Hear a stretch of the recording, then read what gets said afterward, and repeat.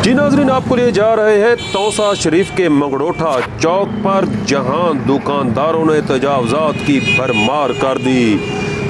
अहम खबर से आपको आगाह कर रहे हैं तौसा के मंगड़ोठा चौक से, जहां पर दुकानदारों ने अपनी दुकानों के आगे तजावज़ात की भरमार कर दी।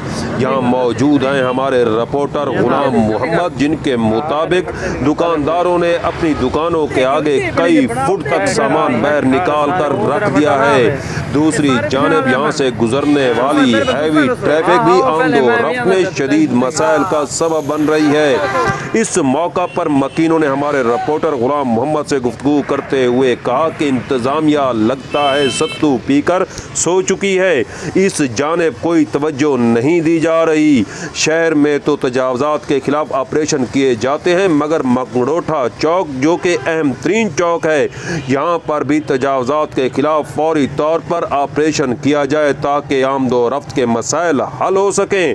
दूसरी जानिब हैवी ट्रैफिक गुजरने की वजह से भी यहाँ के लोगों को शदीद मुश्किलात का सामना है। लोगों ने मुतालबा किया है कि इंतज़ामिया फौरी तौर पर इस जानिब तवज्जो दे। गुलाम मोहम्मद के साथ सुहेल शहजाद, तौसा न्यूज़, तौसा शरीफ।